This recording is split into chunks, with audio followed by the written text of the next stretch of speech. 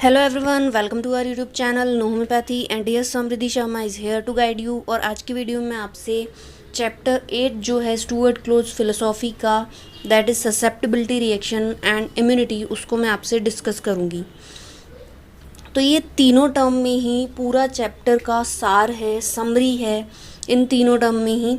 तो आप इस वीडियो को शुरू से लास्ट तक ज़रूर देखना ताकि आपकी कोई भी चीज़ जो है, कोई भी पॉइंट जो है वो मिस ना हो और आपको अच्छे से समझ में आ जाए। तो चलिए मैं इस वीडियो को शुरू करती हूँ।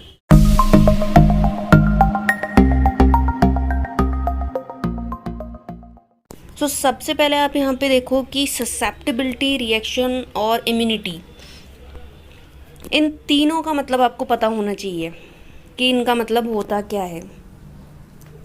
Susceptibility simply means ability to receive stimulus, किसी भी स्टिमुलस को रिसीव करने की जो क्षमता है, ठीक है, वो ससेप्टिबिलिटी है। Susceptibility is ability to receive stimulus.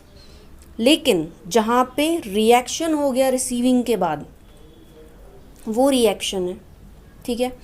Simply पहले तो आपने किसी स्टिमुलस को रिसीव किया, उसके बाद रिस्पॉन्ड किया तो वो रिएक्शन हो गई। इम्यूनिटी ये होता है कि एक बार रिसीव करके रिस्पॉन्ड कर दिया तो वो याददाश्त हो गई। सिंपल इम्यूनिटी का अगर मैं आपको एक डेफिनेशन बताऊं तो वो होती है याददाश्त, ठीक है, कि हाँ मेरे साथ ऐसा पहले हुआ था। बॉडी की सिंपल सी याददाश्त है कि हाँ उसके साथ पहले कभी ऐसा हुआ था तो उसने क्या किया था, ठीक है। बॉडी को ये पता चल जाता है कि ये सेल्फ है, ये नॉन सेल्फ है, यानी कि ये बाहर से आया है और बाहर से आया है तो उसका रिस्पॉन्स मुझे अब कैसे देना है। Ability to recognise, destroy, eliminate antigenic material, recognise करना, डिस्ट्रॉय करना और एंटीजेनिक मटेरियल को एलिमिनेट करना, ये इम्यूनिटी है, ठीक है। अब इस चैप्टर में क्या बताया हुआ है, सिंपल लैंग्वेज में मैं आपको बताती हूँ। Susceptibility is receiving stimulus, normal होना चाहिए, ठीक है, तभी रिएक्शन नॉर्मल होगी और रिएक्शन नॉर्मल होगी तो इम्यूनिटी नॉर्मल होगी, ठीक है। अगर किसी इंसान में ससेप्टिबिलिटी इम्पेयर्ड हो गई, यानी कि वो रिसीव ढंग से नहीं कर पा रहा, तो रिएक्शन भी इम्पेयर्ड हो जाएगी, यानी कि वो रिएक्ट भी ढंग से नहीं कर पाएगा और इम्यूनिटी नहीं डेवलप होगी, इम्यूनिटी भी इम्पेयर्ड हो जाएगी, ठीक है। ये एक बहुत ही सिंपल सी बातें हैं जो मैंने आपको बता दी। उसके बाद आप देखो एक टर्म यहाँ पे चैप्टर में दिया हुआ है, स्टेटस इन्फेक्शियोसस, ठीक है। स्टेटस इन्फेक्शियोसस में क्या बता रखा है कि इम्यूनिटी के लिए हम जाते हैं, जो हमारे वैक्सीनेशंस होते हैं, वैक्सीन्स होती हैं, वो इम्यूनिटी प्रोवाइड कराती है, ठीक है। तो इम्यूनिटी जो ये आ रही है वो बाहर से आ रही है, ठीक है। तो ये इम्यूनिटी क्या करती हैं, जो बाहर से आती हैं वो हमारी बॉडी के अंदर ससेप्टिबिलिटी को भी कमज़ोर करती है, रिएक्शन को भी कमज़ोर करती है और इम्यूनिटी को भी कमज़ोर करती है। जो पैसिव इम्यूनिटी है, पैसिव इम्यूनिटी में हम क्या करते हैं, बाहर से एंटीजन डालते हैं बॉडी के अंदर, ठीक है। बाहर से एंटीजन अगर हमने डाले तो सिंपल हमने क्या किया, सीधे मारने वाली चीज़ दे दी बॉडी को कि इससे मार ले, जो भी एंटीजन आया उसको मार ले, ठीक है। तो इससे होगा क्या कि आपकी बॉडी के अंदर ना तो याददाश्त बनी, ना ही रिएक्शन हुई, ना ही उसने स्टिमुलस रिसीव किया। आपने सीधे बाहर से उसको कह दिया कि ये ले सामान, इससे जो भी बैक्टीरिया है उसको मार ले, ठीक है, ये किया आपने। तो ना तो उस इंसान की ससेप्टिबिलिटी बनी, ना तो उसने जो भी एंटीजन आया था उसको रिसीव किया, ना रिएक्ट किया, ना ही उसकी याददाश्त बनी, इम्यूनिटी बनी, ठीक है। अब क्या होगा कि उसके अगर याददाश्त ही नहीं है तो इंसान कमज़ोर हो जाएगा, ठीक है।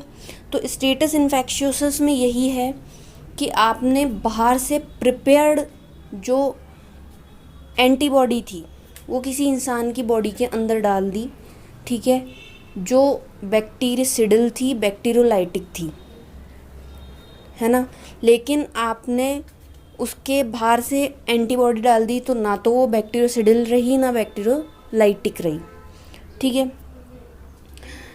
दो बातें और डिस्कस की हुई है आगे, that is the reaction. Reaction आप देखो, दो तरीके की रिएक्शन के बारे में बता रखा है बॉडी में, दैट इज़ डेफिशिएंट रिएक्शन और दूसरा एक्सेसिव रिएक्शन।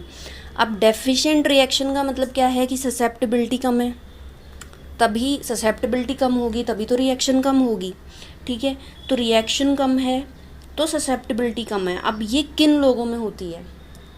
आप देखो कि जो लोग क्रॉनिक डिजीज़ से सफ़र कर रहे हैं, ठीक है, बहुत लंबे समय से, क्रॉनिक का मतलब ये होता है कि बीमारी जो है आपके 6 महीने से ज़्यादा हो गए हैं उसको, ठीक है, तो आपके वो क्रॉनिक क्राइटेरिया में आ जाती है।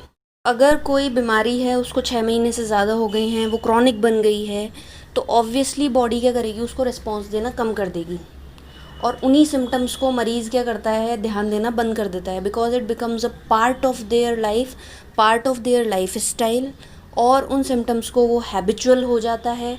उन्हीं हम कहते हैं एसेसरी सिम्टम्स। ठीक है, कि वो सिम्टम्स आपके लिए बहुत ज़्यादा ज़रूरी थे जानने। As a physician you need to know about this type of symptoms of the patient, लेकिन मरीज़ उन सिम्टम्स को नहीं बताता। It becomes a part of their life, कि अगर कोई खाना खाते ही फ्रेश होने जाता है तो वो उसका पार्ट ऑफ लाइफ बन गया है, वो आपको जब केस टेकिंग देगा वो सिम्टम्स नहीं बताएगा। ठीक है, तो एक रिएक्शन हो गई डेफिशिएंट, दूसरी रिएक्शन है एक्सेसिव।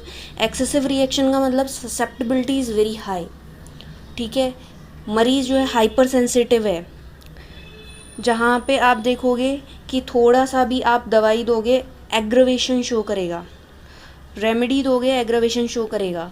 डेफिशिएंट रिएक्शन में आप दवाइयाँ दे दे के पच जाओगे तो भी वो रिस्पॉन्स नहीं करेगा, लेकिन एक्सेसिव रिएक्शन में क्या होगा, आप दवाई दोगे एक्सेसिव रिस्पॉन्स देगा। ओपीएम में देखो रिस्पॉन्स देना बंद कर देता है, तभी ओपीएम दी जाती है कि इसको तो फ़र्क ही नहीं पड़ रहा। बुखार में भी रिस्पॉन्स नहीं देगा, कि जल रहा है शरीर और इतना हाई फीवर हो रखा है लेकिन रिस्पॉन्स नहीं देगा, इसीलिए ओपीएम दी जाती है कि एक तो दवाइयाँ काम नहीं कर रही, आपने दवाइयाँ दी और want of susceptibility of remedies वहाँ शो होती है।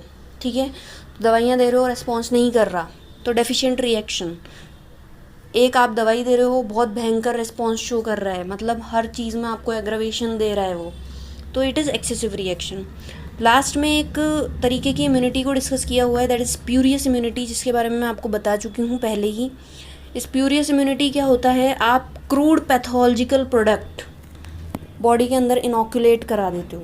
ठीक है, पैथोलॉजिकल प्रोडक्ट को ही आप बॉडी के अंदर डाल रहे हो, तो उससे जो नॉर्मल ससेप्टिबिलिटी है वो ख़राब हो जाती है। ठीक है, कंटैमिनेशन और poisoning of entire organism set up morbid condition instead of healthy one and leads to physical degeneration. पूरा ऑर्गेनिज्म उससे कंटैमिनेट हो जाता है और एक मॉर्बिड कंडीशन जो है वो क्रिएट हो जाती है।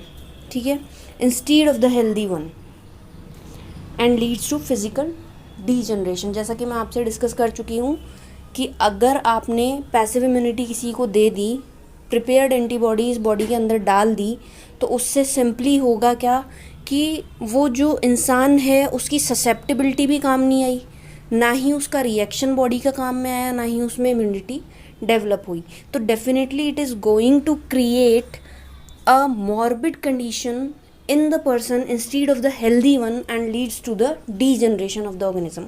ओके, तो बहुत सिंपल तरीके से मैंने आपको इन तीनों टर्म्स को समझाया है। स्टुअर्ट क्लोज में दो चीज़ें लिखी हुई हैं जिनको आपको पेपर में लिख कर ही आना है, that is status infectiosis and the spurious immunity, जिसको आप देखो कि ये दोनों अलग से भी क्वेश्चन बन जाते हैं और कंबाइंड जो है, अगर आपको पूछा है जो चैप्टर है दैट इज़ चैप्टर 7th, अगर वो पूछा है तो उसमें भी आपको ये लिखना है दोनों टर्म। ओके, तो बहुत सिंपल तरीके से मैंने आपको ये चीज़ें समझा दी हैं। मुझे उम्मीद है आपको समझ में आई होगी, और अगर समझ में आई है तो वीडियो को लाइक करना मत भूलना और शेयर करना मत भूलना, और चैनल को अगर आपने अभी तक सब्सक्राइब नहीं किया तो फटाफट से जाके चैनल को सब्सक्राइब कर दो। Thanks for watching No homeopathy.